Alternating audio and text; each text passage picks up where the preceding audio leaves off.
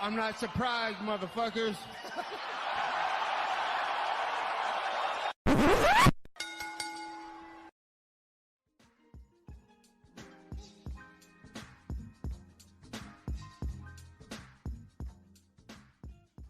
What's up, ladies and gentlemen? Welcome back to the Courtside Soundoff podcast. Once again, I'm Josh Chimaev. As always, welcome by the one and only man of the hour, too sweet to be sour. Yeah, that's right. We're filming online because we're having car issues, but we're still in a good mood. It's my friend and yours, Angel Ortega. We got a lot of stuff to talk about this week. We got a lot of stuff. UFC 319, Khamzat Chimaev having depending on who you ask, a great performance. Again, depending on who you ask. We also have UFC Shanghai to go over, PFL news, in a big boxing match. Well, I mean, I don't know if you'd call it a boxing match, but something will be happening in November resembling a fight. Nonetheless, guys, as always, a huge sponsor to the show, Rogue Energy, ELYXR, and our friends over at BetMGM. Rogue Energy keeps me fueled up, whether I'm out here or I'm out in the green. They get me to the finish line. They can help me hit those just absolute dingers out there on the disc golf course, man. They can help perform incredibly well, and they can help you get to the finish line. They help me, and they can help you as well. Code Soundoff and check out for 10% off all their amazing products. Meanwhile, ELYXR, same thing. Angel enjoying the Vapanya right now from our friends over at ELYXR. Code Soundoff, all caps, when you spell the brand's name at checkout, all caps. I need to take off the edge, dude. Fuck this. Like these people do not know what we've gone through in the last. It took like a solid hour. It's been a minute. Of yeah. I mean, we're gonna let you. I can finish the ad read in a second, but I just gotta let you guys in on a little secret. Yeah, this shit has been ridiculous. We normally, whenever we have to film, we would film over Skype. But Skype, I guess, ended a few months back, and now we're in a position where, like, I guess Zoom has a recording option that they must have paywalled that at some point in time, and I missed it. So couldn't do that one. You go on Google Meet, same thing. They paywalled that one. And I have a Google subscription, just not the specific one they need. So super fun. And now we're back on Microsoft Teams, which also said they could record. They took out the recording option, so now we're using OBS through Microsoft Teams. So it's been a long morning, but thank God I had my Rogue Energy. That's all I got to say. Thank God, right? I mean, right. Jokes aside, guys. A lot of fights this weekend. Go ahead and follow the link down below. Go to BetMGM. There you can get up to $1,500 in bonus bets paid back. It's if you do not hit. Want to have some fun? Go ahead and follow the link down below. If you have any issues, contact 1-800-GAMBLER if you have any struggles. But if not, you want to have some fun, go ahead and follow the link down below, guys. Look, a fight that had close betting odds, but in the end did not end up being close at all. Was the main event at UFC 319, going down from Chirac, Chicago, Illinois. In the main event, Khamzat Chimaev absolutely dominating Dricus du Plessis. And, I think, and I feel dumb. I don't know how you feel, Angel, but I feel kind of dumb because it feels like the vibe heading into this fight, and even through we didn't say this exactly, but the general vibe seemed to be from everybody is if DDP can get this fight out of round 3, he has a shot. That's everybody from Morning Combat to Helwani to basically every combat sports podcast or commentator out there has kind of had the same take, and that was it. I think the general audience, right? Like as a whole. Yeah, I would agree with that. The thing that everybody was missing is what if he doesn't gas? What if he just doesn't gas? Because they're banking on it. What if he just doesn't get tired? Chimaev decision was the move in reality, right? Yes, and I feel dumb for not even thinking about it because obviously, like, I knew there was a possibility he could win the decision, but I thought at the very least, if this fight goes 5, he's gonna have to go through hell in round 5 at the very least, maybe round 4. And I'll give credit to DDP. You can maybe even make a backdoor argument that round 5, he had some moments. He landed some big shots, He threatened a submission, kind of, if I remember. He did. He had the guillotine. The only sub attempt of the fight came in round 5 from DDP, which is kind of funny. But, yeah, I mean, everybody's banking on Khamzat Chimaev gassing, and that just didn't happen. In the end, he wins 50-44s across the board. And Boris Chechnya, you guys have a champion. And look, I mean, it was dominant. Was it the most exciting thing in the world? And that seems to be kind of what a lot of people are arguing coming out of this fight. This fight was not super exciting. Who was that on? Is it DDP's fault? Is it Chimaev's fault? Yada yada yada. I'm a believer that it takes two to tango. But in terms of the fight itself, I could not be more impressed. I mean, you're talking about a guy that had like let me pull it up. I have it pulled up. 21 minutes. It was 21 minutes and 40 seconds of control time. 12 of 17 on takedowns. 529 of 567 strikes landed. 37 of 47 significant strikes landed. Yeah, I mean, if that gives you any idea, right? 21 minutes of control time, 21:40 versus 53 seconds for DDP. And shout out DDP, who did get his own takedown, and he did have a sub attempt. And look, I'm also gonna say this about DDP. There's a lot of things you can say about the man coming out of this fight. He did not waver. He continued. He had that self-belief. He stayed fighting until hard until the late in the fifth.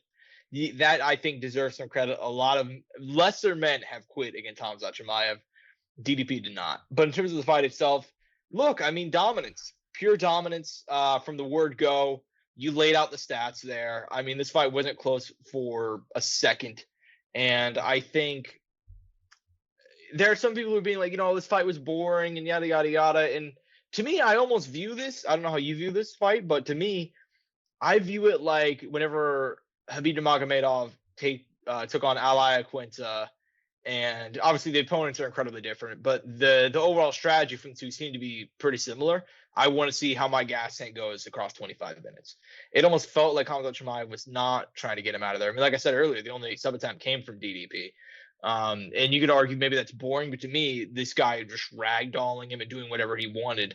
It seemed like he was trying to show his dominance. He was trying to get the win, obviously, but B, he was also trying to see, okay, how do I feel going 25 minutes? He's only gone 15 minutes on 2 occasions. So this is a guy that has really not really had to show his gas tank at all. So I think this is kind of a learning experience for Khamzat Chimaev. What do you kind of make about that? Now, kind of the takes of this being, this fight sucked, Khamzat. And there's people who be like, he's a wrestler. We got to get rid of the Russians. You know what I mean? That happens every time a Russian wins or something like that. So and Khamzat's not Russian, but you get what I'm saying. Give me your thoughts. These grappler-based fighters, really, in general. Yeah. Yeah. Wow, that was a lot there. I need to break this down in my head bit by bit. Sorry, Angel. I know I'm dropping a lot on you. So I mean, like you said, performance impeccable. Who's to blame? Like, look, you can't word it any better, right? It takes two to tango, right? I think and also, guys, we need to be hypercritical of the champion. This was the 185 world champion in the UFC, and that was the performance he gave. I mean, they call it title defense for a reason. When you become champion, that phrase of defending the title means so much. I mean, to the point that there's fighters that entirely changed their lifestyle to just hold that belt. No longer obtain the belt, to hold the belt. And he was incapable of doing that for 25 minutes on end, where he got repeatedly taken down, repeatedly controlled, and also, he wasn't taking a lot of damage. Mm-hmm. So we can't even make the argument, DDP got hurt early on. He didn't know how to react. It winded him. The champion has quite a bit of responsibility here that he didn't address. Mm-hmm. The coaching staff was very calm. And credit to DDP, he was in good spirits. He never counted himself out. We saw it clear late in the fifth. But it didn't amount to anything in the end. There was not a single moment in there that really made me, I mean, like I said, late in the fifth, the threat came. But outside of that, in the 4 previous rounds, was there ever a single moment that you felt like he had a chance? No. We gotta credit this win for what it is. And it was absolute fucking dominance. Was it the most entertaining? No. I'm gonna just be honest. I think that we do have questions to raise about Chimaev. And not in a negative aspect, but it's like, Luke Thomas? No. But it comes in the sense of, and I'm not questioning his finishing mechanics. I'm not questioning any of that. The guy is a great positional wrestler. He could definitely advance. Look at a guy like Merab. He's now finishing fights in ways that he would never do before. In his 13-fight win streak, he only had 2 finishes or something like that. Chimaev had plenty of finishes before this fight. we could forgive him for this without a doubt.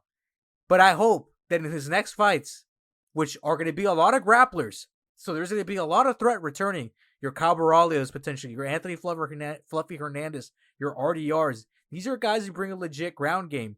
What's going to happen when he gets another guy like Gilbert Burns who had an active guard? And granted, Gilbert Burns was the cream of the crop in the jiu-jitsu game prior to coming to MMA.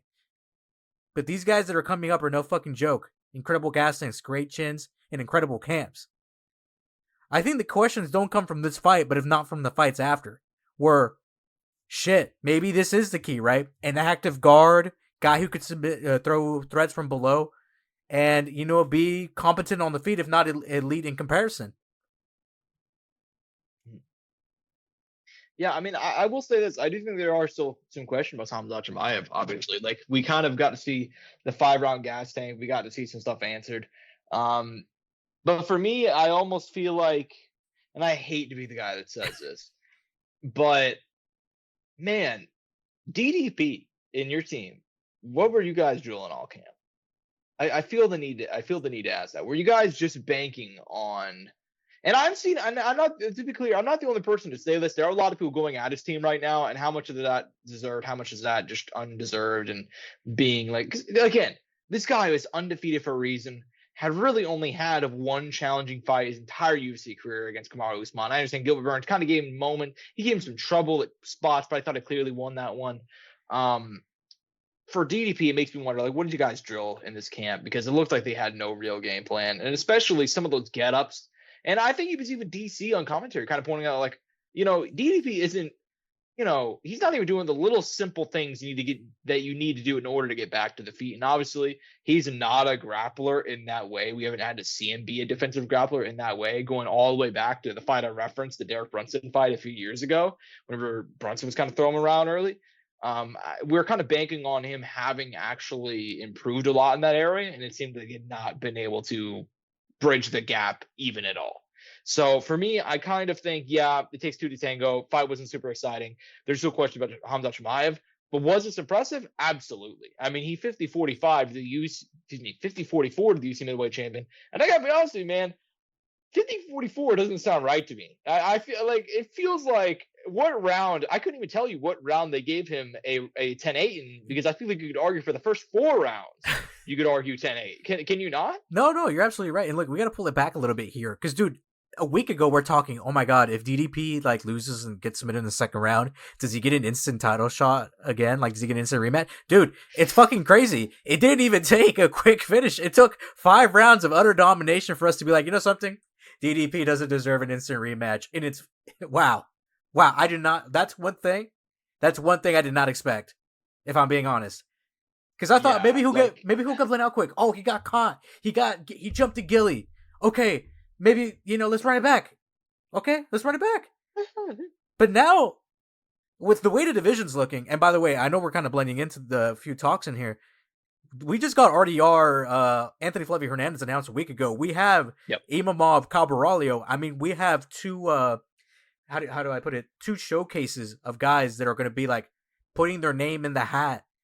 And only 2 of these guys are going to be looked at as potential options, and the other 2 are probably going to fight each other. Or one of them is going to have to fight Dricus. What the fuck? The middleweight division of the UFC has just blown the fuck up, and I fucking love it. Dude, this is the thing, man. This is the thing. And I love DDP as champion. Let me say that. He had some bangers. And you know what? He brought, I think DDP, all said and done, his title reign is what we needed at 185, dude. Coming out of the Izzy area, coming out of the Whitaker area, of having these guys just kind of dominate division, just going back and forth and back and forth and back and forth. We finally have a guy who's broken through. And now you look at it, the division now is mostly a lot of fresh names. We've been stuck in a holding pattern. We've talked about this with 145, 155, 135 to a lesser extent. 125, goddamn. 125, yeah, and 185 was in that category where there just weren't many options. Now there's a wealth of options. Can we give some positive talk here, though? Yeah, dude, we should be happy for the DDP reign. We should be happy for the DDP run, dude. Was it not fun from day one till the last day? Genuinely. Yeah. I mean, look here. I'm gonna fucking. I have it here. I'm gonna pull up this guy's Tapology. I mean, we gotta talk about. I mean, a debut against Marcus Perez, knockout left hook first round. Followed up fight, Trevin Giles right cross that led to ground and pound in the first. That was on McGregor Poirier, which also featured future champion and undefeated and potentially pound for pound king Ilia Topuria. Got to do a little bit of glazing. The fucking war with Brad Tavares. When he went life and death with a Darren Till that was on the verge. I mean, he wasn't on the verge of getting cut, but there was definitely talks about stepping away with his future wins. Derek Brunson corner stoppage. A Robert Whittaker just fucking surprise of a finish to us. Sean Strickland split in a banger. The Adesanya fight, which was amazing. The incredible performance in the follow-up against Strickland. Yep. And look, it is kind of sad. I will say, it was great, but the ending was a little sad, you know? Yeah. Because it was a complete 180 of what his whole career had been in the UFC. And that's just his fucking sport. And that's why I watch this shit, guys. I come here for that shit. Because I'm not going to get that shit anywhere else, goddammit. There is no fucking next week, goddammit. Dricus du Plessis doesn't get to run the game plan, the second game plan, the third game plan next week. There is no fucking next week. His next week is trying to figure out who this next fucking opponent is. There is no tomorrow. There is no tomorrow whenever you step into that octagon. No, there isn't. They're fucking... And you fucking saw that shit. Line. And you saw that shit this weekend, dude. There is no tomorrow, okay? There is no tomorrow. You think you're Who's the gonna baddest? Carry the boat? You think you're the baddest motherfucker, dude? And look, Dricus, if he beat Chimaev, what was gonna the conversation be at that point? Is he one of the greatest middleweights of all time? I don't know. I don't know if he wins that fight. I don't know, Angel. I don't know. We're getting into fantasy land. I don't know.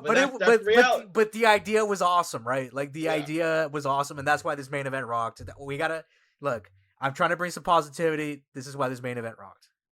Yeah, and look, this main event, I really, look, the fight wasn't exciting. But I'm a fan. But I will say this: whenever somebody is that good and that much better than the best guy at the time in the division, it's like, oh my god, like holy shit, like you're that good. Like it is still shocking to me. It is still fun to watch, just in a different way. If you're a casual and you didn't like this fight, you know what I mean? Like, then, like you're the sports is not for you. You know what I'm saying? Like, if you don't like this fight, you're a casual, Angel. You're not a real fan, buddy. You know? Fuck out of here with that. That's some insane. I will say that is some insane brainwashing of that's like someone's thought process. Oh, I mean, if there are people, I saw some people saying that, you're dumb. I mean, if that's something you actually think that it just wasn't a fun fight. It just wasn't. But that's okay, because it's just like not every fight has to be a swing and bang or a technical masterpiece too. Even, but granted, that would have been a better option though. And I feel like people were trying really hard to try and sell themselves into this idea that this fight could be crazy. Maybe DDP would pull it out, it'd be this crazy Hendo Shogun. That other people were referencing that fight, just an insane fight where the momentum shifts. And that wasn't going to happen, but it was still dominant. But you know what, dude? You said earlier during your whole spiel that this is why you watch MMA. This is why you watch fighting. And I think this main card is why you watch MMA. It was a fucking movie. There was something to like for everybody. And I think we're going to move on down because that co-main event,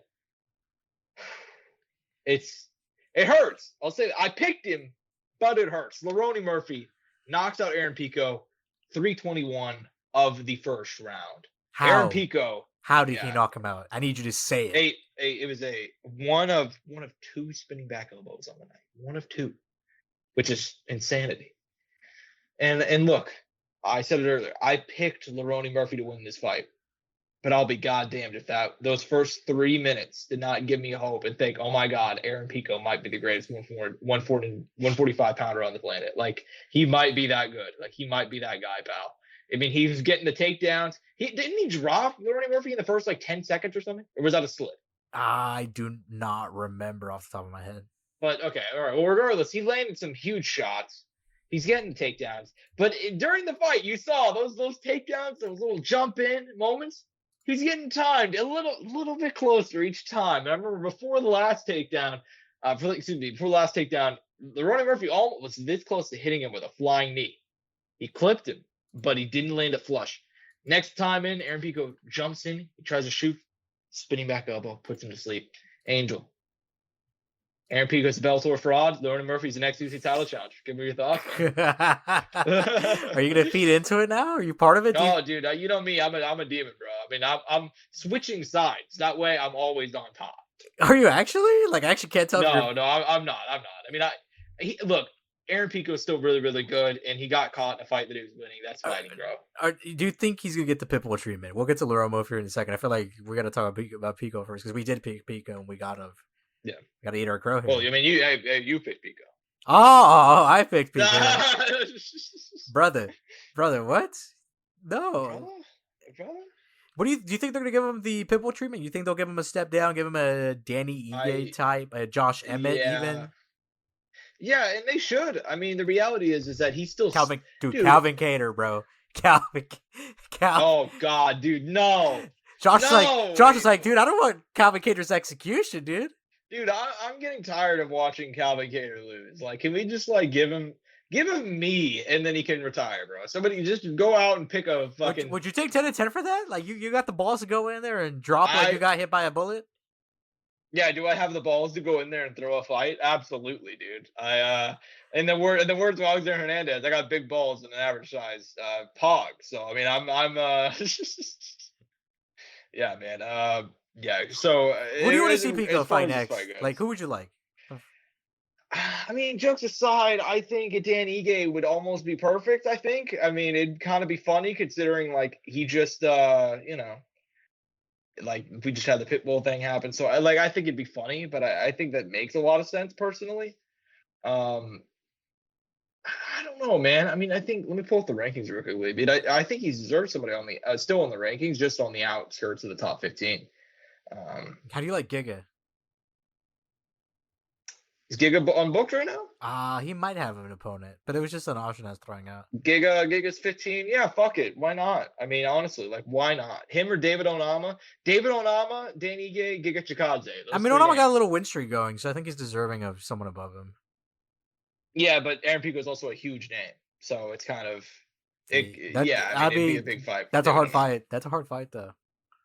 It is. It's a hard fight for both guys. David Onama's kind of very dynamic, so. Yeah.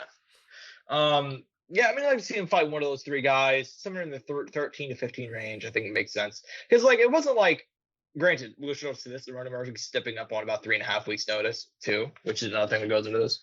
But I think Aaron Pico looked bad. I mean, I think it's one that, like, I'd rather him lose like this than lose in the way Pitbull lost to Rodriguez, where he just got he looked battered and dominated. He just looked old, too. He showed you no promise. Aaron Pico, I thought, at least showed promise until he got clipped.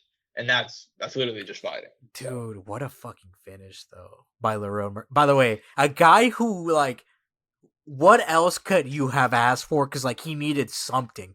We had been saying on the show, like, this dude needs to, like, put out this fucking supreme class performance. He needs to give this company some sort of whatever that may be. And, dude, there's definitely... And he got blessed because it was Pico. Because of all the interactions, the interest behind Pico, and then let alone, like, and then the finish to top it off. I mean... Dude, Volkanovski said, hey, mate, bring him right out. You know, like, he was down for it, which is, like, he's getting the opportunity. He's 30-something. I think he's, like, 34, too. Like, I could be exaggerating here. Let me double check. Yeah, he's 34 years old. Like, it was now or never. Like, if he didn't beat Pico here, the title might have not even been an option. Now, it's potentially a reality. And, once again... This is why I watch this shit. The storyline is fucking insane. A guy that was completely overlooked. The equivalent, and maybe even looked at less than Leon Edwards. The Leon Edwards of 45. Leon Edwards-esque of 45. I'll tell you what, though. I never see Leon Edwards gonna finish like that. Nah, it's Kamaru Usman head kick literally a day ago. That's funny, yeah. Yeah, man, I think that this is just one of those reasons that, just, like you said earlier, this is why I watch fighting, dude. Like, this is a guy that's been overlooked. And I said, like, heading into the show last week, I was like, even if like Lerone wins, I don't think they're gonna give him a title shot. Like, We they just said don't that like him. we like this fight less than the Mozart fight. We both said that. Yeah, yeah. And I also think that like Lerone Murphy, I said it last week. I'm like, even if he wins, they're not getting him a title shot. They don't like him like that. They don't fuck with him like that. Like they just don't. Like they had been giving him Apex fights, and if they were going out of the Apex, he was buried on the prelims, despite the fact that he was undefeated, Ranked. you know, and it ranked from a country that could use some stars. You know what I mean? The UK. So great, they got Tommy, but that's a little bit different. Like they got some Aspinall. Who else? So. You know what I mean? Like they can do the star. So for me, it was always surprising they weren't pushing the Ronnie Murphy. But I mean, look, he also hadn't really gotten any major finishes. I think I said last week his only finishes in the UC is coming against I think Makwan Americani. So like he hadn't really been putting guys out in that way. So for me, I mean, I'm just blown away. I mean, he went in there with a game plan. He was trying to time him up, and you saw for all those entries before every single one, Murphy each getting a little bit closer. Every time it's a little bit closer. It's a little bit, and then boom, times him perfectly. Good stuff, man. I like a Lerone Murphy Alexander Volkanovski fight. I'm down.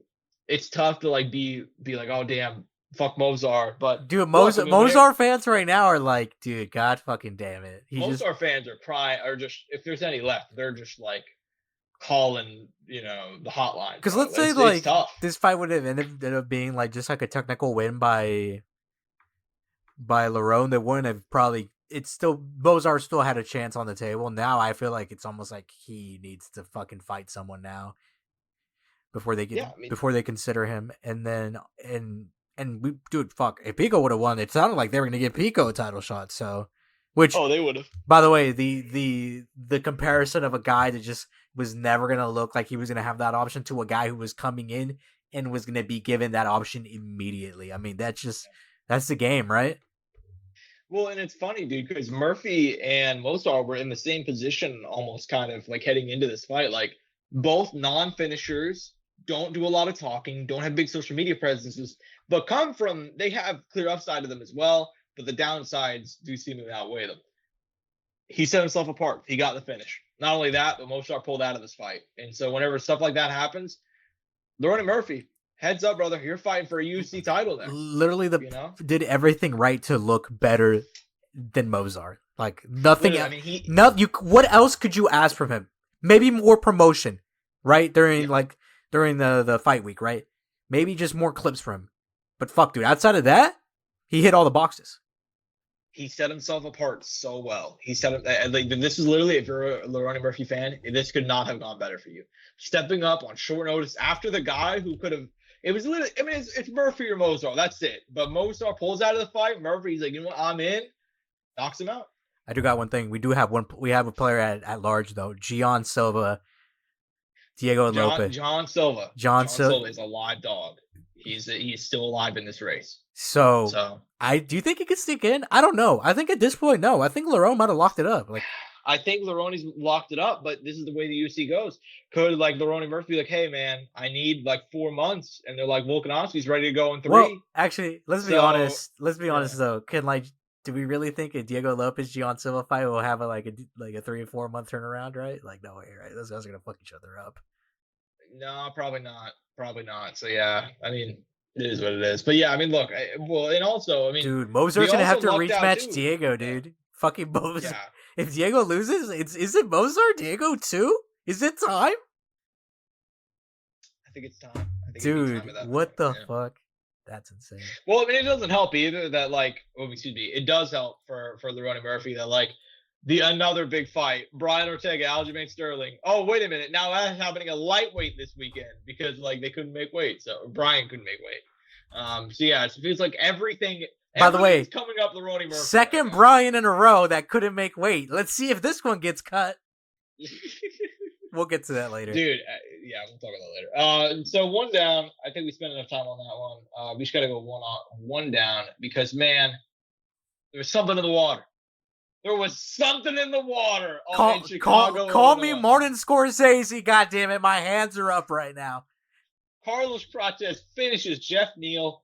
First round, spinning back up. Jeff Neal, only the second knockout loss of his entire career. First one in the UFC. So, I mean, I don't know what you say. Carlos Prates, in case there were any people who hopped off the hype train after the Ian Gary loss, you got to hop right back on, brother. We're back. We were never off, Josh. We were never off. We said this from the get-go. Oh. Dude, absolute fucking cinema. And a lot of people had, I was listening to quite a few shows. There was people who had a potential for Jeff Neal.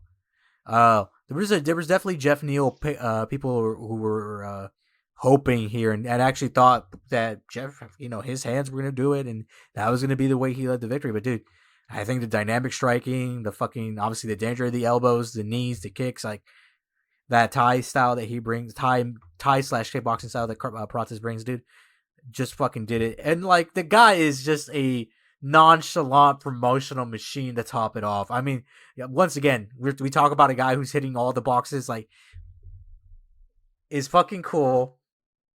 Get you clips without trying. Does well during the promotional week. Gives you highlights like that and likes the fucking fight. What the fuck else do you want? What does the general public want? You could be disappointed in the Ian Gary fight from a few months ago. If this didn't bring you back, I don't know what the fuck will. Genuinely. Because this was fucking awesome. Clearly, dude. This was awesome. Coach Prates, he is the... I don't know if I want to call him the Ricardo Mayorga of MMA, because like Ricardo Mayorga was like talking shit about like fighters' families, and he was like slapping their wives' asses. No, Carlos Prates is a pretty respectable, likable human being. They have the chain smoking.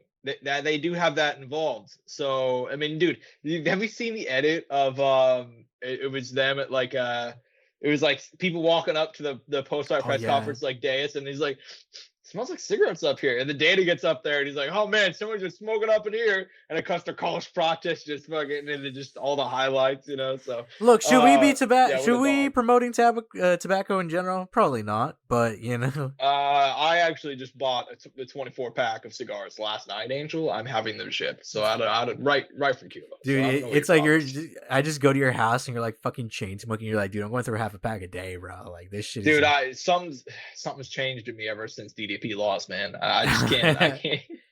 Dude, just nonstop candles. What do we do with Prates though? This is such like a wrench in everything, right? Because it's like, yeah, dude, I'm not backing down. Yeah, I mean, it almost, and because of the fact that he lost on short notice and helped save that card in Kansas City, it's kind of like I feel like the UFC's gonna give him a mulligan on that one and be like, hey, shit happens, he's ranked number 9. Oh, man. I mean, we got to mention it because it's right under it, and we'll kind of blend these 2-3 together. MVP the night of, and Carlos Prates were both down to fight each other.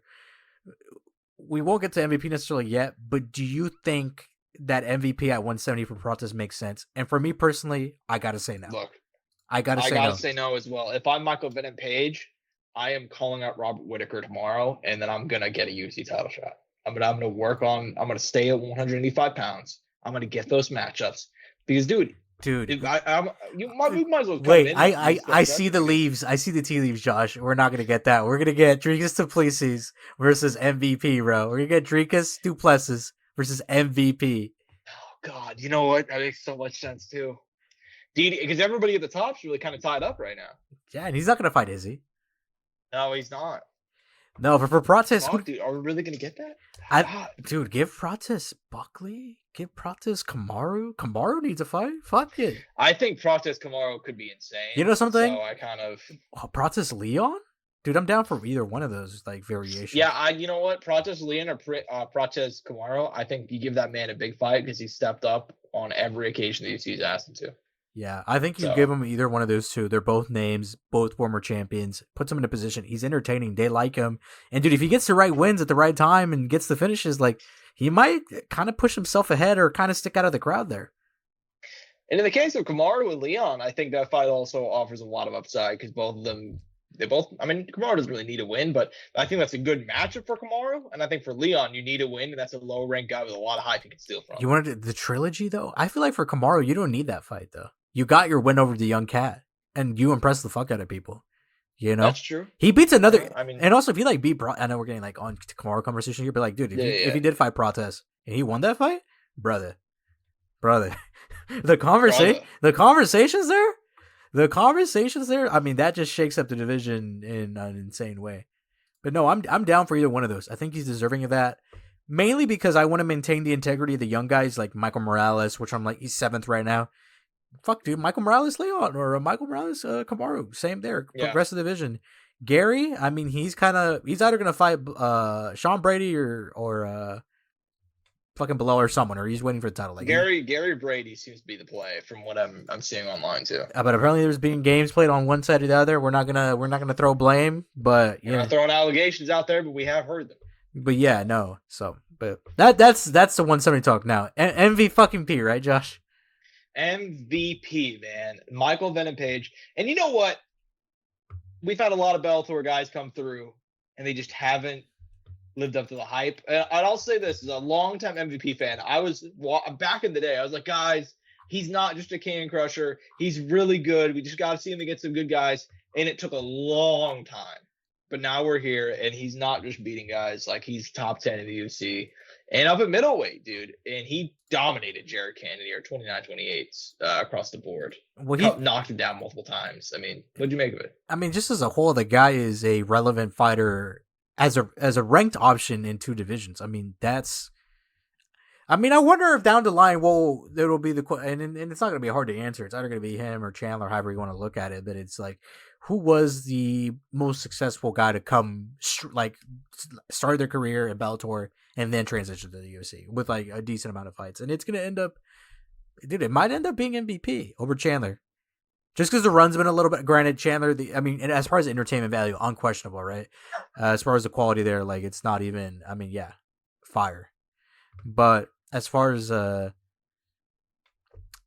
like the success fighting ranked opponents, I mean, MVP fucking without a doubt. I imagine by the end he will be the most successful Bellator talent we've had. And that is the reality. That MVP could go down as being the best Bellator talent we've ever had. Not to discount Austin Vanderford, Angel. I feel like you're forgetting one guy who's come through and picked up a couple wins. But I mean, I think Austin Vanderford only has 1 win still, right? Or did he pick up a second one? Am I forgetting? Well, he fought. Oh, am I counting his? Didn't he win on the Contender Series? I think maybe I'm counting that in my head. No, I think it's actually the opposite. I think he lost in a Contender. Ooh, okay. Well, my bad. Then. I'm double checking right now. Now, yeah, he's 2-0 in the UFC right now. He beat Victor Romero and he beat Nikolai Verkatinov. How about me, huh? And he's remembering that. And he's about to fight Ramiz Ramaj. So that's all right. Yeah, dude. Wouldn't it be? Yeah. Dude, if he has like some weird career renaissance in the UFC, what the fuck? Because in Bellator, things were actually starting to go kind of south for him.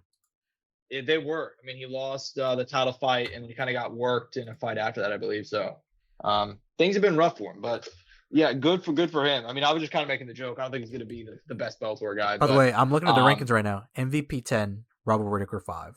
After that, Fletcher Hernandez 6, Kyle Aurelio 7. Oh no, my bad. RDR 5, Robert Whittaker 8, Brendan Allen 9. You know something? You might be onto something, Josh. I think it might be clear as day. You might be right. Michael Venom Page versus Robert Whittaker might be the fight to make. Yeah, because to me, like I saw some people saying like MVP versus Izzy is the clear fight to make. And I mean, if they would fight, then yeah. And dude, that would be a technical masterpiece. Yeah, but to me, I don't think they're going to fight, and I also don't think a fight between those two would be that. It wouldn't be what we want out of an MVP Izzy fight, because it's just they're both not. At the very least, we know Izzy is past his best. MVP, he's older, but he doesn't really have the fight miles, so he's still kind of keeping it together. But yeah, I mean, in the case of Izzy, I don't want to see that. So yeah, I mean, but I think Whittaker still has some left in the tank. I thought he beat RDR, or at least had a very close case to beating him. So yeah, I like that fight. The reality is I think if you're at Michael Venom Page, stay at 185 pounds, dude. Like, this is such a clear path to success. I think there's less grapplers in this division. I think that you could put on more fun fights. And I think with the top of the division being as old and, seasoned, they've been through a lot of wars. A lot of the guys, but top of 185, Whittaker, Adesanya, you even throw in a guy like Sean Strickland in there. There's a lot of options for him. I think I'd say 185, though. I think it's the clear path to go. Actually, not thinking about it, how do you feel about Strickland MVP? I love it. In fact, I think that makes a lot of sense. I just don't think Sean Strickland would take it. And if you want the harder push. Yeah, and with all the question marks around Sean Strickland right now in regards to his fighting career, is because he obviously, had everything happen. And granted, I mean, he got a 6-month suspension. That can be 4 months, and maybe it'll end up being 4 months. But I mean, that's far from a guarantee. He has to go to like some anger management classes, which is kind of funny. But yeah, I mean, I think that one would make a lot of sense. I just don't think he would take it, unfortunately. Didn't he say that anger management classes are making him more angry, or do I got that mixed up with someone else? You could have been fake news, but I did see him say that he's planning on attending those anger management classes. That is real. That is a legit thing that's happening. By the way, Jared Cannonier, what do you do with him now? I mean, I wouldn't be surprised if the UFC cut him. I'm not really. Not to say that it's deserved. Not to say it's deserved, but we got to remember here.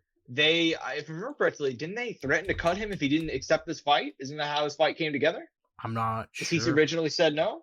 I could be misremembering, but I know the UFC pushed for this fight really, really hard, and Cannonier himself did not really want this fight that much.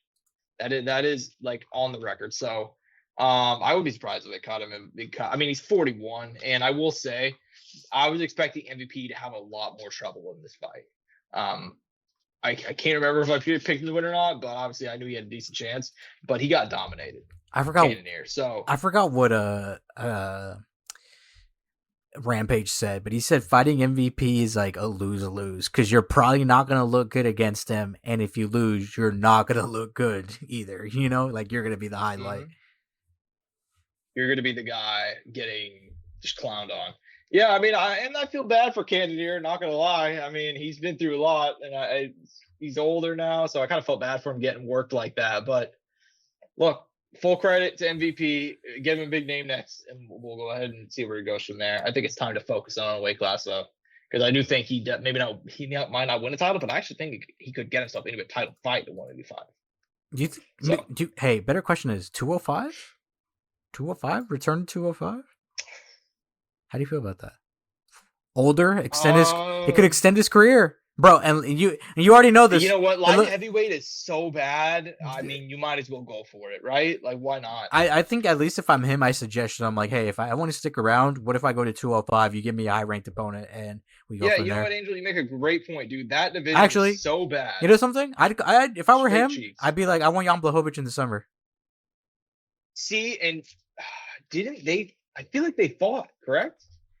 I think you're right. Or am I misremembering?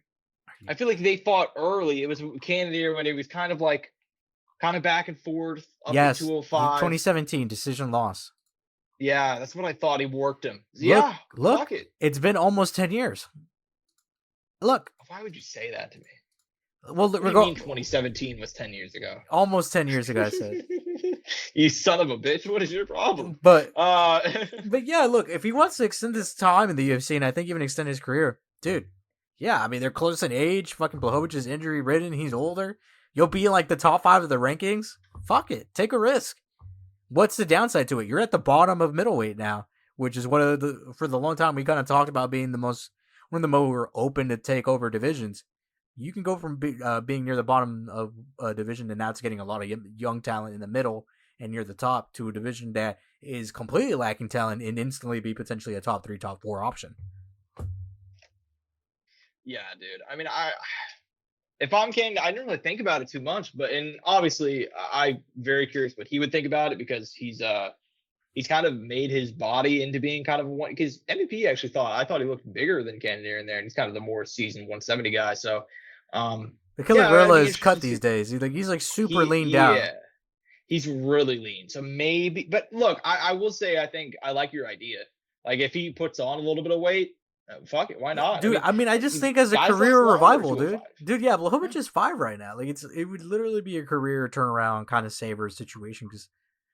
Dude, Blachowicz is coming off. Look, it's sad, but this is his last 2 fights: a draw to Ankalaev, lost to Poatan, which he didn't look bad in, but it was a split. Both of those were split, obviously split, fucking draw or whatever. And then he lost to Olbert. Like, dude, they're gonna throw. Hey, they kind of be throwing him a bone. It's like a bone. Like it's like, dude, we're giving you a guy who hasn't fought at 205, who's not on a win streak and isn't even ranked in your division, and you're 40-something years old. You're injury-ridden. Show us what you can do. It's a test for both of them. Like, genuinely, the fight makes sense on both ends. It does. I didn't really think about it, but yeah, and that's also just on the side of it for Jan Blachowicz too. You need a win, brother. It's been a long time since you've won a fight, so I think that makes sense from that angle as well. So yeah, I love that fight. But I think we should move on because Angel, I've been thinking about this all week, and Tim Elliott. Is Tim Elliott the greatest of all time? I mean, I don't know. I mean, we could have that conversation, but I do think man, just great shit from him, man. I mean, look, Kaya Sakura, we'll say this too, lighting him up on the feet, straight up lighting him up on the feet, looking good. But you know what though, man, Tim Elliott is a one of one, and as far as a grappler goes, once he gets that. Once he gets it, man, he gets you on the mat. He's got you where he wants you. You're done. You're Dunsky. And great stuff. Gets a submission win in the second round. And for a lot of people I feel like people are taking the opposite approach that they should with this fight. They're kind of shitting on Kaya Sakura, where for me, it's like, dude, Tim Elliott is almost 40 years old, and he's still doing this at flyweight. He's not the only guy to lose to Tim Elliott lately. So give me your thoughts on the fight, man. No, I mean, look, for Tim, I mean, it was a shock to me, dude. I thought this would be Asakura's moment. They had given them the opponent that we literally called for. Another submission loss. People are really shitting on Asakura, and I get it, because he's lost twice now, but it's like, dude, he lost to a former champion, and he lost to one of the craftiest, longest-lasting veterans in any division. And, dude, 125, dude? Like, you got to tip what Tim Elliott did. I mean, it's also the opposition. Granted, we also he needs to do some things. He needs to make some changes. He's gotten taken down twice, controlled, and then submitted. If he wants to have a long-lasting career in the UFC, or even be competitive in this division and not just be the entertaining guy, he needs to develop that part of his game. This guy needs to come out here, fucking go to Arizona and fucking train with Henry Cejudo, dude. Like, we need to do some drastic shit in your camp. And he even said himself that he made these drastic changes. Okay, well, great. We need to make another set of drastic changes if we wanted to do some things in this division. Because there is something there. There is entertainment value there. Because, dude, let's be honest. We could throw Asakura he could fight fucking named unranked generic 125er from Brazil, right? Who is just a stand-up fighter mainly with minimal ground skills, right? And he'll give us highlights, without a doubt. But I do think Asakura does present some value to the division, and I think if he does improve this part of his game, he can have some level of success and be a ranked fighter. Now, champion, maybe at this point, I don't know. It would take a lot. It would take a heroic leap. But he definitely has dedication. He's definitely willing to do stuff differently, and he could get to that point. Will he? I don't know. His next fight is his most important fight, though. The first, obviously the jumping into championship fight, I mean, that's a lot of pressure. It's a lot on the line. It was just boom. Whatever he was going to do is what we were going to get. And whether that was going to be gold or whatever it was now, it is what it is. The Tim Elliott fight, yeah, a red flag, but it's now we're like, okay, this is definitive when we see the issues. The third fight needs to be where the change happens. Make the change happen. Show these people what you have. Personally, if it's me, dude, like, we're giving this guy a bone we're giving Bruno Silva, bro. Bruno Silva. I shit you not, Bruno Silva. If not, I like that. Let's go unranked. At this point, I think those are like the two options for me. But yeah, he still has something to offer. As far as Tim Elliott, I don't know what the fuck they're gonna do with him, because he kind of pretty much came out and said, dude, I'm not fighting. I'm just fighting to, like, take care of my kids, Yeah. Like, he is the most, like, this is just my job, and I'm clocking in and I'm clocking out. Like, I don't think he's focused necessarily on title shots. I don't think he cares if he's getting these high-ranked opponents. Like, fuck, dude. I think in his dream scenario, he fights some fucking unranked, inexperienced cat, Like, he doesn't feel the need to fight a Manel Kopp or a Tato Atira again, or Amir Albazi or Rival Moreno or anybody like that. Like, he is content where he's at. So, I mean, at least we know that for Tim Elliott. But hey, we could be completely wrong. Hunger strikes these guys. It happens. You see guys who are retired who are like, dude, I got the fucking itch. Like, if I could, fucking get me in that cage, And look at him. He's doing the damn thing against young guys and winning and getting finishes. Like, maybe we get something reignited in there, and who knows? Maybe a late run out of Tim Elliott trying to chase the title. Who knows? If maybe there's some interest there. I don't know. I don't think he'll necessarily do that, but it'll pique my interest. And look, I'm kind of secretly hoping for it. I'm not gonna lie. Yeah, I mean, I think for Kai, man, I think he's in a weird spot. I like that shot of Bruno Silva.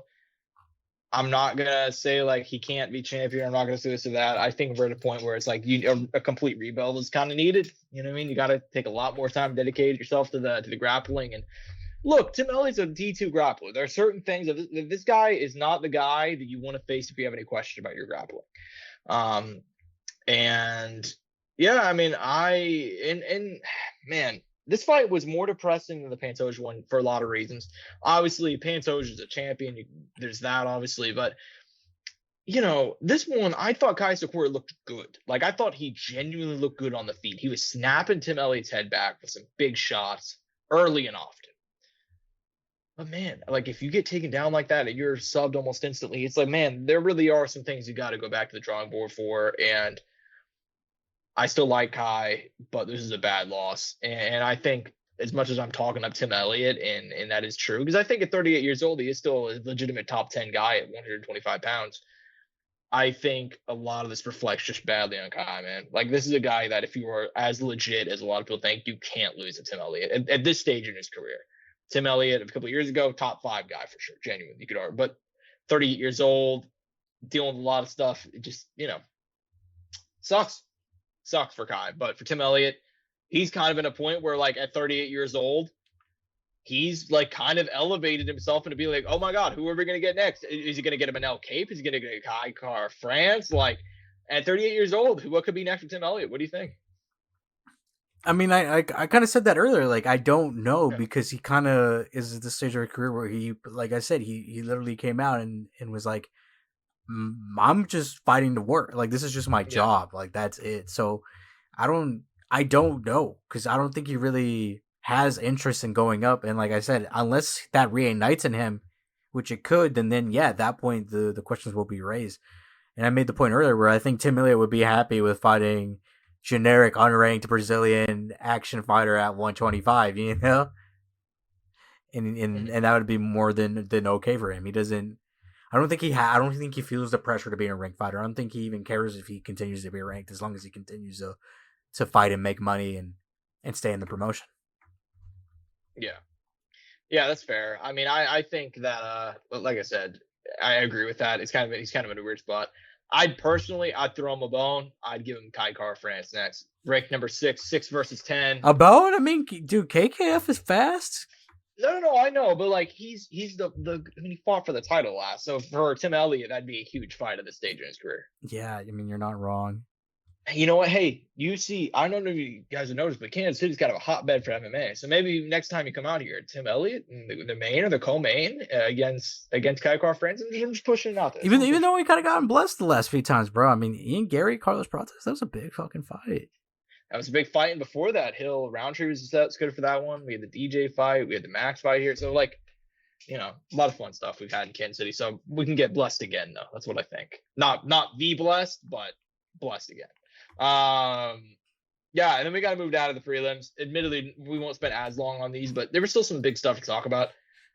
Vicenor, Sirkirov? I apologize. Something like that? Sirkirov? Yeah. Defeating Eric Nolan by second round sub. Look good. I like Eric Nolan, but hey. Eric Nolan was game? I'm exactly shocked. Yeah. By the way, Eric Nolan, I don't know if you knew this, he was fighting a weight class up. He's a 170-er. Yeah. He was a 170-er, and dude, he fucking cracked that motherfucker. Granted, homeboy had fucking 4-day turnaround from literally fighting on the Contender Tuesday. Oh my God, cut weight again. That was the real story of this fight. Also out of Chechnya, Chimaev's teammate, and also, dude, Nolan on the mic, kind of okay, you go, kid. All right, I was kind of being like, I was kind of with you. I was like, all right, Eric Nolan, you go, bro. I liked that he wasn't backing down from the moment. And that's what you got to do. And that's why they signed him. They later on signed him. And I think a combination of what he did on the promotion end and then what he did in the octagon led him to being signed. So that was a dope moment right there. Hopefully he could do some shit. It really was. Especially at 170. Like, it's a hard division. It's deep. But, hey, you go in. He's 27. He's going on 28 here in a month. Like, he's in the prime ages. Like, hopefully he can string some wins together. I'm kind of... I'm going to say it. I'm kind of excited to see next Tom Nolan fight. Or Eric Nolan fight, my bad. Yeah, no, I got you. Yeah, I mean, he looked good, man. He looked good. 8-4, I feel like doesn't really exemplify how good he can be. He had a really good run in CFFC, so I still think Eric Nolan has the potential. But yeah, I mean, that the true story was the boy out of Chechnya. I mean, turning around in 4 days' notice, and goddamn. So yeah, good stuff from him. Nonetheless, man, I think that let's move one down because the show ELYXR, man, I love me some GM3, but I was shocked at how easily he got ran through here, and it kind of makes you wonder: is it time? Is it time now, having lost three in a row and being 37 years old and having a million fights? Because Michelle ELYXR has got some talent, but you ran through him easily, first round knockout win. Do you know where he's at now? Oh, the ELYXR? Yeah, do you know where he's at now? Where he's training at? Where's he at, Angel? Tell me. He's with the Fighting Nerds. Oh, that's right. I remember we talked about this. Yeah. Okay, that makes a lot more sense then. By the way, his brother is about to fight. I can't remember if it's the UFC or the Contender, but he's about to make his debut. He has a younger brother. Damn, I did not know that actually. Yeah. So we'll probably highlight that whenever that comes around. But yeah, I thought that was a cool little thing. Damn. All right. Word. Yeah, man. Pretty cool stuff there. Shout out ELYXR getting the win. Move one down. Okay, I said GM3. Maybe it's time. It's definitely time. In case there are any doubts, but Dricus is 33, but she's fighting like she's 43 nowadays. She's had a lot of fight miles. Lupi Godinez ultimately solid decision win. 30-27s across the board. Would you make a Lupi? And on the other side, Jessica Andrade. Is it time? Is it time for Jessica Andrade? Dude, Jessica Andrade's record is looking like Anderson Silva's record now, except with the quality of names. Like we got just to put that out there. Yeah, probably. I mean, that or quit fighting ranked girls, because she's exclusively fought ranked. I mean, just say it. I think maybe they should consider making her like a gatekeeper, to be honest, and see how that goes. Well, and that's kind of what it seemed like this fight was meant to be. She was kind of supposed to be gatekeeping this sort of spot because but she's at the gatekeep. Like I'm talking like Brad Tavares. Yeah. Brad Tavares now like 15. You're talking like top 50. Yeah, she'll be fighting Loma Lookingby next or something. Yeah, like she is and I think that'd be a great spot for her. Like you can't get through her now at this stage with all these fight miles and the kind of performance she's putting out. Like you don't deserve to be top 15, and she's a former champion. Obviously, that'll kind of give some substance to the people's records when they have this name on her amongst all the other scalps they've gotten. But yeah, I think that's where she's at this point. It is what it is, and as long as she's not getting bombed out of there, and we're worried about and granted, dude, I mean she has brain damage, right? Like there's no doubt about it. But granted, I feel like we never hear about women in CTE though. I'm not saying it does. I'm not saying it doesn't exist. I'm sure it has to, right? Like there's no way. Yeah, I mean, I think that, I agree with you. I think it's about time for her to become a top 15 gatekeeper because, I mean, Lupi, I like Lupi a lot, and I've hyped her up a bit on the show. I don't think Lupi's a top 3. I don't think she's going to win the belt. I could be wrong, but I just don't get that vibe from her. When she was on that little run, though, did it not make it was fun. It was fun. And look, she's fun now.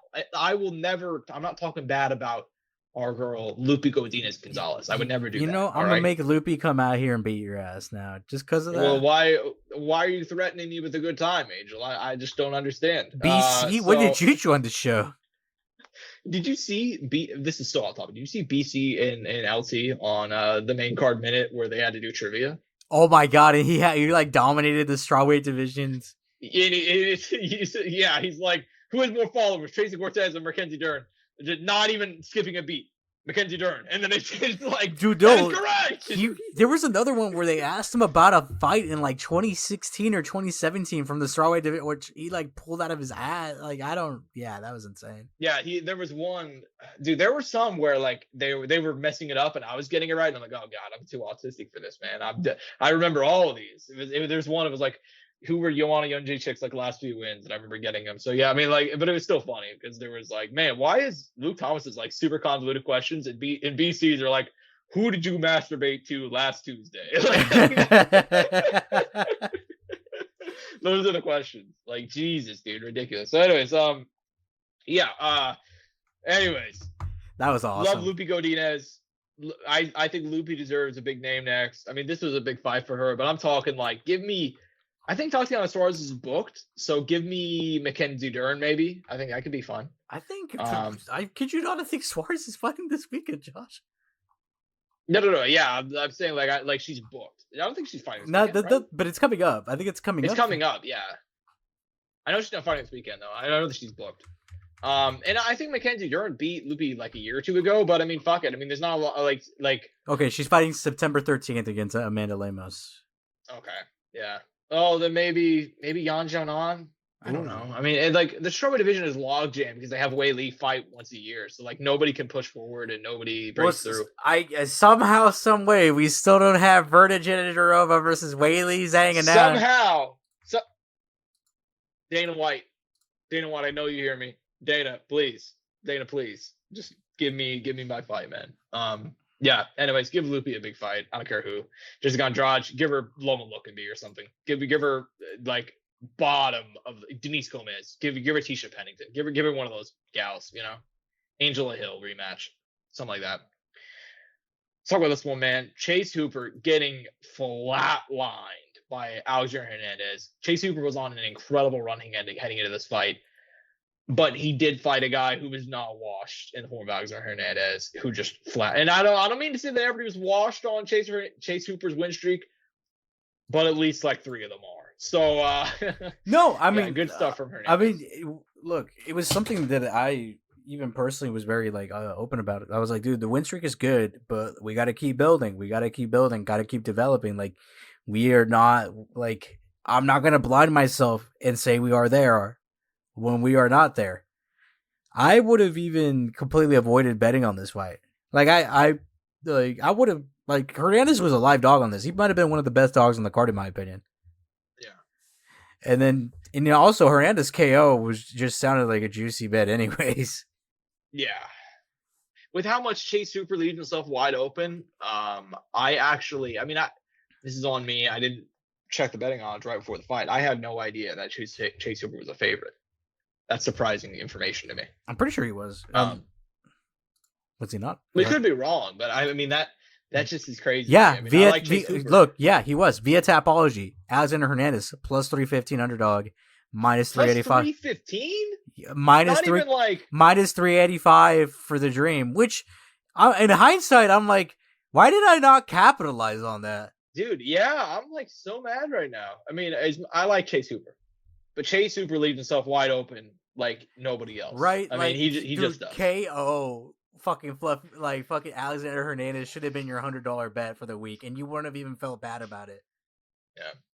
I will say it is kind of funny now that we're at a point where it's like Alexander Hernandez is like, he came to the UFC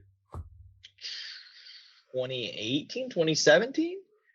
And now he's in that position where he's like the old guy beating up the young dudes who are expected to run through him. Like, it's kind of funny. Well, granted, he still hasn't had ex-fighter gets humbled by Alexander Hernandez yet. That's true. That's really what he needs, right? Like, dude, if he could have a redemption moment like that, like at a fucking, like some young cat being like, yeah, dude, I was you at one point.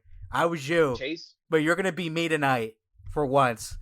Chase too busy gooning, man. Chase is too busy gooning to get in there. And by the way, we gotta talk about him. What do we do with him? What do we do with the Great Ape? Like, back to the drawing board. Another unranked guy somewhere in the.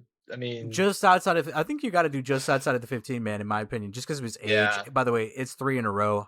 Hubbard, Kurhalaba, which 2 vets, a young cat. Give him outside of the top 15 at 55, whoever that may be. Like, don't speed this shit up. Give him Bobby Green, something like that. I mean, who else is outside of the top 15? I mean, guys like Nasrat, Rebecki, Duncan, even. That's a good. I like that Duncan fight. I think that'd be fun. Winner gets a ranked opponent next, right? Yeah, I think that works fine. But yeah, I think Alexander Hernandez has deserved a big fight. I think he's earned that. So. Maybe not a big fight in terms of like the rankings, but at least like a chance to break into it. Shit, Drakkar Klose maybe even? You know what? Drakkar Klose defeating Edson Barboza on the prelims. I think that makes sense. Drakkar Klose is 37 and trying to capitalize as well on the few, the little time he has left. By the way, the return of 55 for Barboza. I mean, yeah. Huh? So plus, I was like the return of Barbosa to 55, by the way, too. Yeah, and I'll say this: I've heard some insider information. This could be Edson Barbosa's final fight. Not official, but Oh shit! almost approaching 40 years old. He's gonna be 40 in January. He's lost 2 in a row, 4 of his last 6. I love Edson Barbosa. Truly one of the action stars of this light. In my opinion, I think of Edson Barbosa. I don't know how you feel this. He's the forgotten action star of this little lightweight run we've had. But of the Poirier, Gaethje, Chandler, Alvarez. He's fought a lot of those dudes. Well, dude, it's funny. I think about it. How many times have you seen a video where they ask a fighter, "Oh, who's your favorite fighter to watch?" and they mention Edson Barbosa? All the time, yeah. I would say he comes up a lot in conversation and not a champion. I don't even know. Did Barbosa even get a challenge for a title? No, I don't believe so. The closest he got was whenever he won like 4 or 5 in a row, and then he fought Habib. Winner fought for the belt. Yeah, so look, and even just that, like a lot of praise. A guy who's been with the promotion since 2010, Josh. 15 fucking years. Mm-hmm. November 20th will be his 15-year anniversary. By the way, leg kick finish over Mike Lulo? Mike Lulo. By the way, November 2010. By the way, UFC 123, do you know the main event for that? I know you like this game. Oh, UFC 123. That was a weird card. I think there was maybe there was a cancellation in the main event. Let me see. Unless I'm forgetting. But I feel like no. I'm gonna guess here. No, I'm not. I don't believe so, just from what it looks like. Okay. This is. You know what's funny? The way I do it is I try to think of the cover in my head. I can't always, but I'm gonna go. I feel like it's non-title. I feel like 120s. Okay, you're right. Yeah, you're right. I'll give you that. You're 120s, right. They had a lot of non-title main events. I'm gonna go, and you know what? This is before I was watching, so I don't consider this to be fair. This is a bullshit question because I only remember the ones I watched. But I'm gonna go Lyoto Machida versus Rashad. That was a title fight. Hold on, it's Machida. Was it Machida against not Rampage? Because he fought Rampage back whenever 2010. So think of the fighters from that era. 123, you said? 123. Well, I know that fuck. I'm gonna go out on a limb. I'm gonna go out on a big limb here. No, I was about to say Randy, but that I know that was on that Toronto card in GSP. Bite the bullet. I'm gonna go. This is a weird one. I don't even know if it's in the UFC at this point, but I'm gonna go Lyoto Machida versus Phil Davis. All right. You were right. No, you were right initially. It was Rampage versus Machida. Oh fuck. Do you know the co-main event just from that? The co-main. No, I have no idea. It was. I think that I feel like that was like a. Was it fucking? By the way, both these fights look like they could have been title fights. Like if I told you the names, you would like that was totally for a title.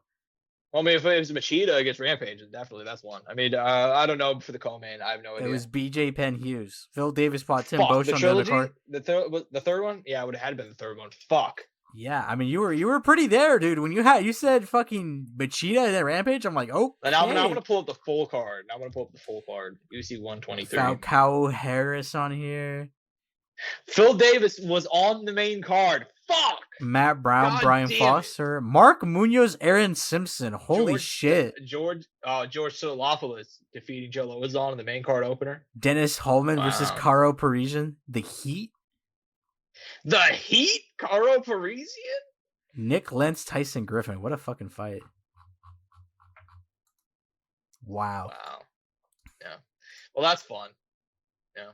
Fuck, I got so close. I mean, fuck, dude. You know what? I think I was fucking thinking he was UFC 122, dude. I swear to God. What's 122? I think 122 was originally it was Vitor Belfort versus Yushin Okami in a title eliminator. They ended up canceling it, and it ended up being Nate Marquardt versus Yushin Okami, and that was a free TV card. That's what I was thinking of. Gotcha. So I was one off from the card I thought it was, but I knew it was non-title, so I got that right at least. Chat. Yeah, I got the some people get the math autism. I got the UFC events. Anyways. Carini Silva, Deonna Barbosa in a fight they had. Yeah, that fight happened. By the way, this is a feel-good story that kind of went overlooked, and it was because it was at the very start of the card. It was also a tough finale, which granted, it felt like it probably should have been bigger because it was a tough finale. But with, I think, the whole fight, even I forgot about it, even now until we're about to bring it up this moment. Joseph Morales beating Alibib Idris to win a contract and become the Ultimate Fighter season, whatever the fuck it is, winner. 30 years old. Yep. He's found his way back. By the way, a plus 365 underdog according to Taptology, beating a minus 500 heavy favorite. Wow. And by the way, he looked stellar from round 1 to round 2. I mean, that looked like a ranked 125er in there. He did. And let's also say this. This is a great story, and I'm really glad that you highlighted it because Joseph Morales is one of the casualties of that 2018-2019 mass purge when the UFC was going to cut the flyweight division. And they cut, I think, I vaguely remember them cutting down to even below less than 15 guys. I swear at one point they had like a top 13 instead of top 15. I could be misremembering this, but the point being they cut like more than half. Like 75% of their flyweight division. They cut a lot of good guys in that stretch. Shorty Torres, shout out to him. He's one of those guys. And then obviously our boy Joseph Morales here, he was one of them as well. He lost to Figueroa, he lost to Eric Shelton by a split decision. Got cut, had to go back to the regional scene after. And he actually spent years away from fighting. Like after getting cut, he spent like 2-3 years away. Probably had to work. He ended up coming back. Probably just had to work a normal job. Yeah. Probably. He had to get a normal job, won a few fights, and now he's back at the UFC. That's an incredible story, and I'm going to be rooting for him. Moving forward, man. I love that. Uriah Faber crying in the cage, too, dude, he was so happy that he cried for him in his corner. It's really one of those things that it's like, that's a change your life, like, moment. Back to the UFC. And guaranteed fights now, too. Like, it doesn't matter if it goes south here. Like, he'll have a guaranteed X amount of fights. Yeah. Yeah, man. So good for him. Hopefully he can do something with it. But wait, we gotta touch up on it. I'm sorry to cut you off, but like before we transition, go ahead. Just so we can hit it quick. Bryan Battle missed weight for this card. He was supposed to fight Nurston Rozaboyev. Holy fuck! What a,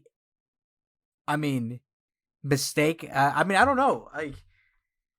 I can't find words to express how I feel right now. I don't know what exactly to say. I don't know if I'm disappointed. I don't know if I'm frustrated.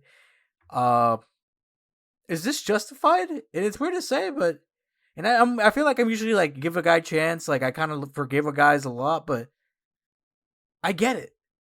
UFC. I think I do. Yeah. I think this time I genuinely do.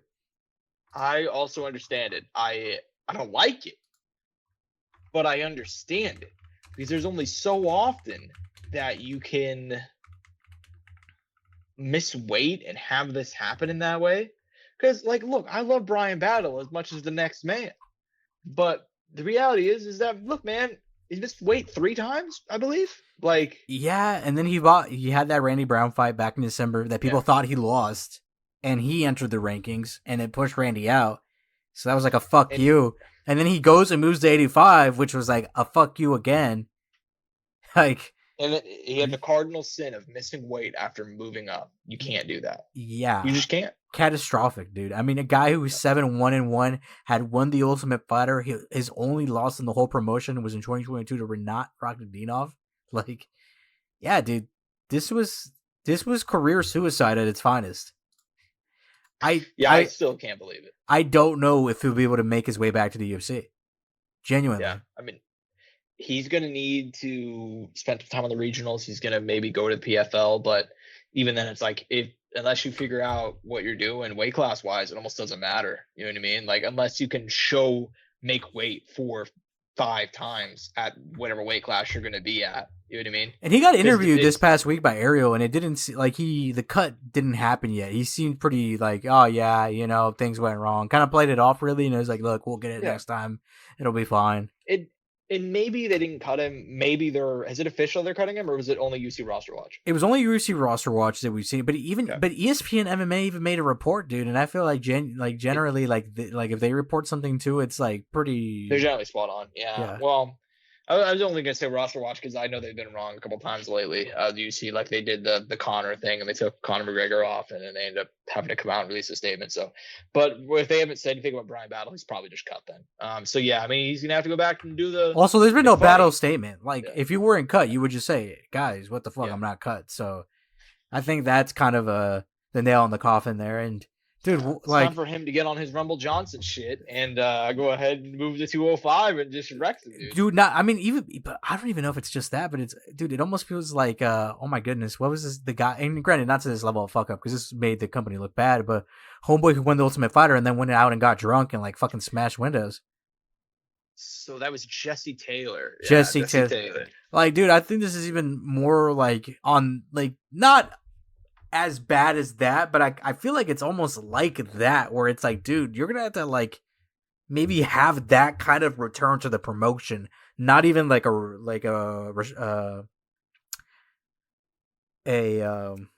my goodness, I'm blanking who you just mentioned now, a Rumble Johnson type return. Yeah. Like, I don't know if he's gonna have the luxury of that, if I'm being honest. Because he fucked over several cards, several opponents, and the UFC is not where it's at before, where it was with Rumble, where it was like, you're expendable, you know? You really are. We'll find someone else to fill your spot. Mm-hmm. Whereas, like, Rumble could make a comeback. You know, they needed figures, they needed stars, and they needed people like that. And he did present quite a bit of value at the time where the promotion needed guys like him around. Yeah.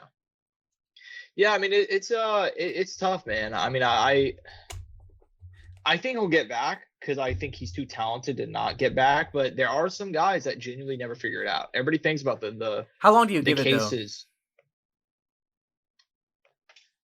I mean, I don't know if I can put a timeline on it. I mean, how old is Brian Battle right now? 20. I think he's speaking. I think yes. I don't even know if he's 26, 27. He's 30. 30, bro. I mean, dude, that's way worse than I thought. That's what I'm saying. Like 2 years, he's 33 years old, and fuck, dude, he could lose on a regional scene, and he could go fight in Russia and lose to some fucking 13-0 Chechen. Yeah. You know, like, he's got to get back in the next 2 years then if he want to have a shot. Do you think we will be over 450 episodes of the podcast at that point, or under? I'm gonna take the under because we're like at 380 something now, just to give you an idea. I thought we were like 330. Are we? Maybe I'm misremembering. Maybe I'm wrong. We're at 331, so I'm definitely taking the under. Okay. Nonetheless, though, man, I think we spent enough time on UFC 319 as well as all that. It had a lot of context, man. There was a lot to talk about, and plus that this there really was. I mean, this card's not bad. I think it's all right. It has things. There's storylines. It's fine. It's okay card. You know, it's all right. By the way, I did, even knowing there is some struggles for me right now, with the money that I did use from gambling, I did put down one demonic parlay for this weekend. It was a hell. As one does. Great, but it was with my winnings that I forgot. By the way, I completely forgot that I had these in my account.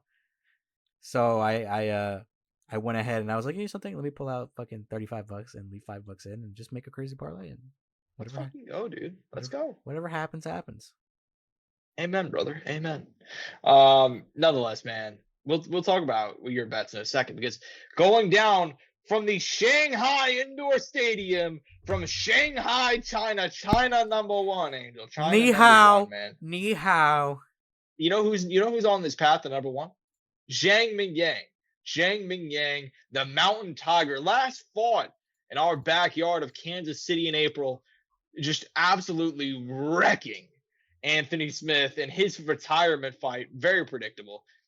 Taking on now Johnny Walker, and I'm not normally this guy that says, oh, the UFC wants this thing to happen, they want this thing to happen. I don't think it's ever been more clear that they want one guy to lose and one to win than right now. Zhang Mingyang taking on Johnny Walker. Johnny Walker been knocked out twice in a row brutally. Zhang Mingyang, heavy hands. I mean, I don't know what we really say about this one, man. Give me your thoughts. I mean, dude, I think it's a great matchup. Granted, by the way, Johnny Walker's a big underdog here. I think he's close to minus 300. If I was looking, let me look. Yeah, plus according to Tapology, plus 280, minus 345 for the Mountain Tiger. Dude, I think Johnny Walker's still a live dog here, though. Like, I have not turned my back on Johnny Walker. I think Johnny Walker. I'm actually gonna pick Johnny Walker to win this. Okay. Which I could be totally wrong. Like, if Zhang wins it, he's the real deal. But also, let's look at the context of the fights. He fought a very much aftermarket version of Anthony Smith, Ozzy Diaz, Brendanson Hibero, and then prior to joining the UFC 2 years ago, he fought Tuco Tokos on the regional scene. I mean, at least Johnny Walker has some names on his resume, you know? Paul Craig, Utlava, Ryan Spann, Serkinov. I mean, look, Khalil Roundtree. Like, yeah, some of these guys maybe not the highest level at 285, because he's definitely, I mean, Johnny Walker certainly lost to the best of 205. But there's nothing here that tells me that he's, like, fully out yet and going to lose to someone who's young in the come up like this. Like, he could come in here and very well fuck shit up and get a win over Zhang Mingyang? Zhang Mingyang. So, I got some hope for Johnny Walker here, man. I'm going to take the underdog. I've been kind of doing this, kind of taking some balls to the underdogs. And look, it might be another first round knockout for Zhang Mingyang. And dude, it's not like we haven't seen several Johnny Walker knockouts in our lifetime. We've seen one or two. We've seen one or two in the past. If you're lucky, you might even get multiple in the fight. I mean, you're not wrong, but you know, but fuck. Yeah, man. I think I see where you're coming from. And Johnny Walker, I don't know where he's at for me. I think that's my big issue, and that's the reason why I want to pick Zhang Mingyang to win. He's a younger guy. He's no slouch in his own right. I mean, he's, you know, a relatively tall guy, big for the division. Johnny Walker's been knocked out brutally twice in a row. It's tough for me to see him win his one in China.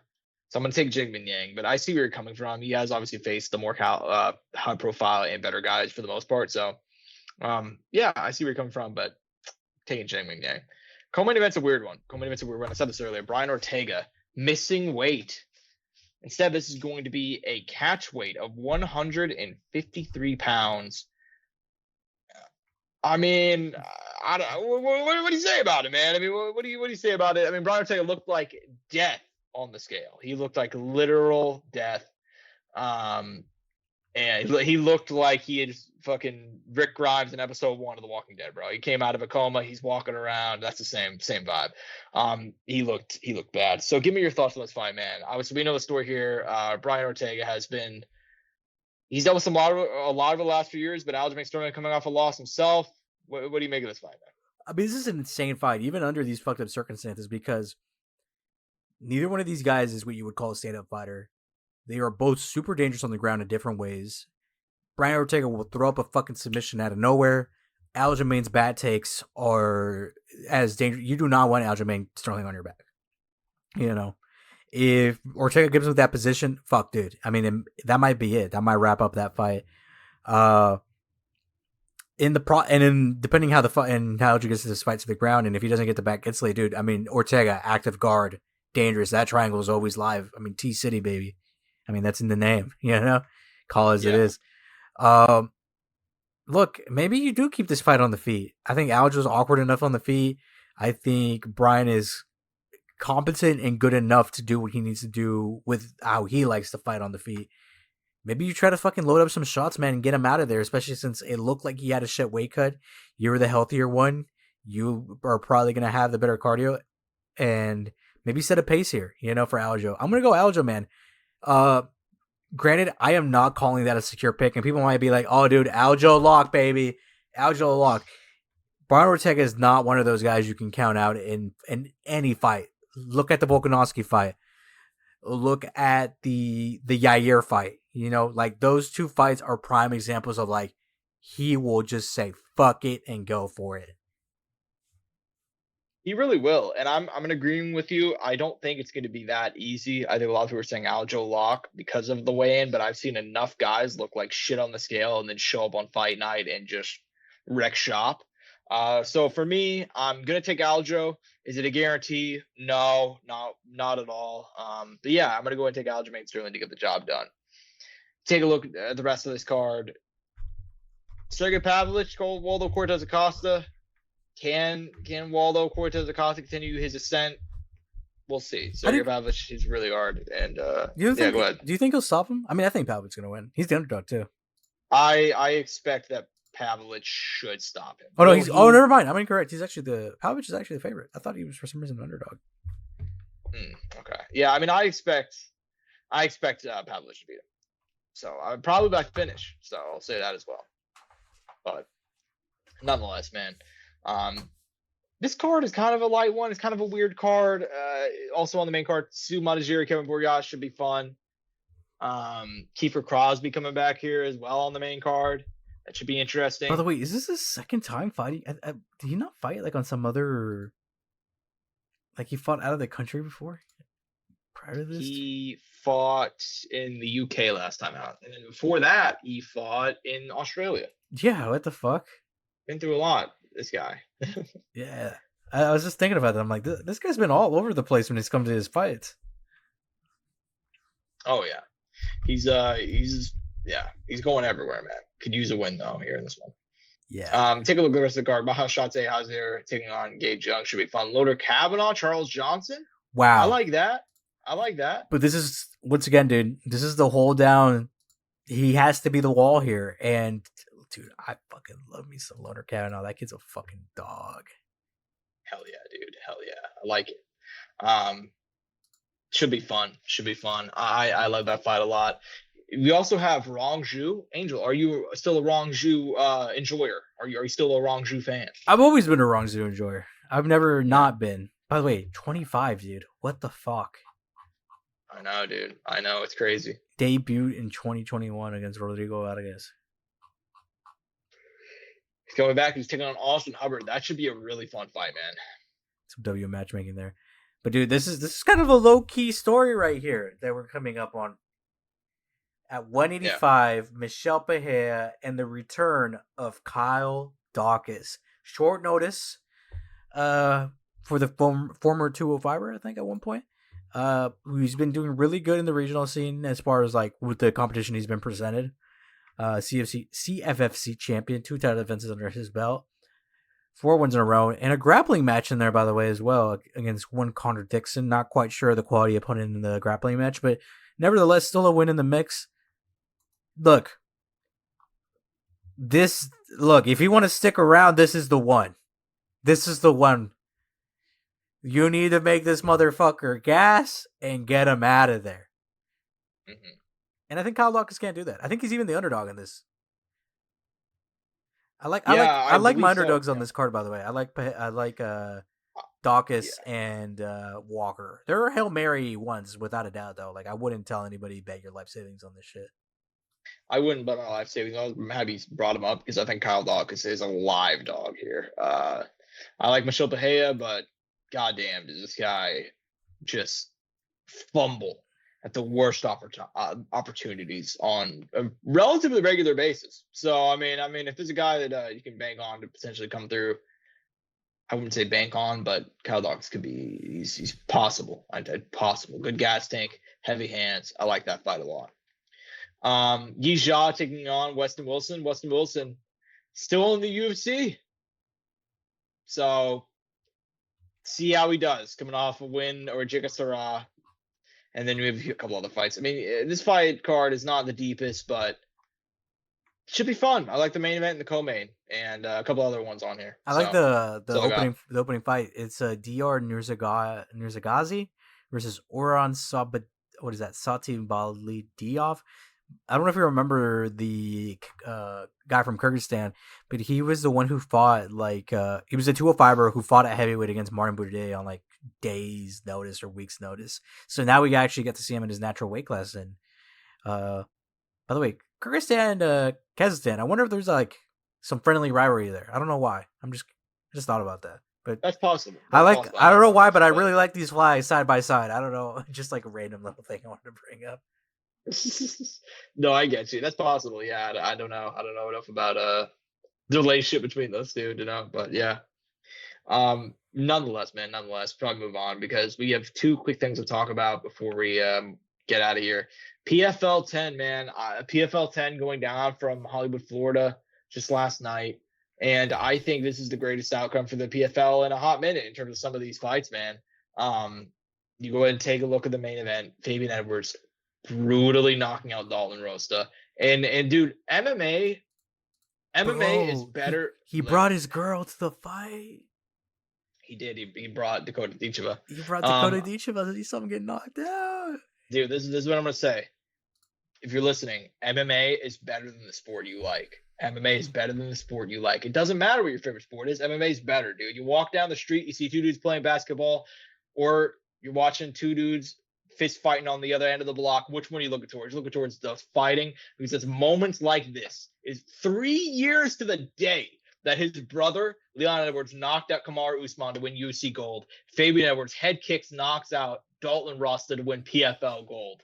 3 years to the day. Headshot. Headshot. August 21 in the Edwards household has to be crazy from now on for the rest of their lives. 2 champions, by the way, now. Two champions. 2 MMA champions. And for Fabian, you know what? Tip of the cap. This is a guy that's never gotten the attention as his brother, but he has been slowly climbing, slowly getting better, time in, time out. You know what I mean? Also, it didn't seem like it was going to happen. Yeah. I mean, he lost to Johnny Eblin. He lost the Bellator title fights to him twice. And then he had some missteps. He lost to Austin Vanford. He lost a couple other guys. So, yeah, I mean, this is just such an unexpected win. And Dalton Ross, I believe, coming in here as a favorite, too. I could be misremembering, but yeah. So, by the way, Fabian Costello Vonstinas down the line. I mean, they're probably like that. I mean, they're probably gonna run back the last one because I mean, dude, holy fuck that's my fight of the year right there. That shit was fucking cinema. I mean, Martin Scorsese once again hands up fucking cinema out of Costello Vonstinas in that one. Dude, we're putting the hands up all day today. Hands up. Martin Scorsese, yeah, man, good stuff from him. That was just incredible. Good for the PFL because that highlight went viral. I saw it had like 100,000 likes on Instagram, so good for them. They need to win like that, as it should. Yeah, I like Popov picking up a win on Antonio Carlos Jr. and Sullivan Collie putting on a banger, an absolute war, and ended up with Shoeface pulling out the win. Good for him, man. Good for him getting those 500G. And then you had a couple other ones on the prelims. Josh Silveira picking up a solid win. You had Impa Kasangane knocking out Andrew Sanchez. So yeah, I mean, it was a fun card, man. It was a fun card. Is this their not anything crazy, but is this their last one? No, right? As far as the tournament, right? Yes, I believe so. Everything else will be MENA and the European finals, and then their Champion Series. Yeah, which is a really good card, but it's dumb they call it the Championship Series. But yeah, I mean, yeah, because that's really what we need, right? We just need like a lot of different taglines for the same events. Anyways, man, yeah, we should probably move on because that's it for the PFL card. But Angel, last subject of the day, how excited are you for Jake Paul, Gervonta Tank Davis, November 14th, live on Netflix, Atlanta, Georgia? Give me your excitement level on a scale of 1 to 10. It's every day, bro, with that Disney Channel flow. One could say that it is every day, bro. Dude, I mean, I've been saying this shit for years, goddammit. Fucking years, and I'm repeating myself from a previous show that we had not too long ago. This guy is just getting that biggest. He's going to always get that. That's what he's been chasing, the biggest paydays. He doesn't give a fuck if he wins, actually. He doesn't give a fuck if he loses, dude. His wet dream is to get a fucking Anthony Joshua fight in Wembley in a filled up stadium for fucking millions and millions of Saudi dollars and then just run up into the sunset and, you know, just get knocked the fuck out, you know? And you know what? He's not going to care. He's not going to care. And that's going to be the end of it. He'll be like, yeah, I got my money. It is what it is. I did my run. Hate me or love me. I did it. All you could do was watch. Good way to put it. Hate me or love me. All you could do is watch. Yeah, I mean it. And people are watching. They say they don't want to watch and they're tired of it, but yet they continue to watch. Yeah.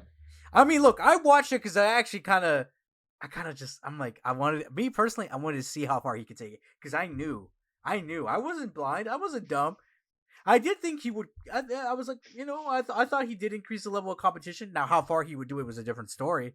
I do think he wanted those high profile fights, but not because he thinks he could actually win them, but because he wants that fucking payday. I agree. And let me also say this: I don't think he was ever going to actually fight Anthony Joshua, and a lot of people let themselves get fooled into that idea because that was never going to happen. Like, that was literally never. If you were somebody who thought it was going to happen, it's like, dude, like, just, I don't even know what to say to that, to be completely honest with you. He was never going to take that fight. So, yeah, I mean, it is what it is, in my opinion. I mean, it is what it is. It's an exhibition. It's not going to be whatever it is resembling a fight. It's not going to be very exciting. It's not going to be very good. And that's it. That's it. That's where we are. That's where we are at this point in time. So, have fun, Jake Paul and Tank Davis making money on a fight that's not a real fight. So, nonetheless, man, that's all I got. Anything else you want to go and talk about before we duck out of here, man? No, man. I mean, people don't know how much shit we went through this morning to just fucking even get this shit recorded. Hopefully, it comes out decently. I do have to edit it. This shit's gonna be out so late. I already know. But hey, it was a banger. We're a little late. We're a little late on the ball on this one, but it is what it is. We'll have it fixed for next week, and then we'll rein it back in. But yeah. All right. I think that's all. I'm at Josh Chimaev on Twitter. He's at Angel Ortega _ at Courtside Soundoff for all things leg in the show. Hope you guys enjoyed. Peace.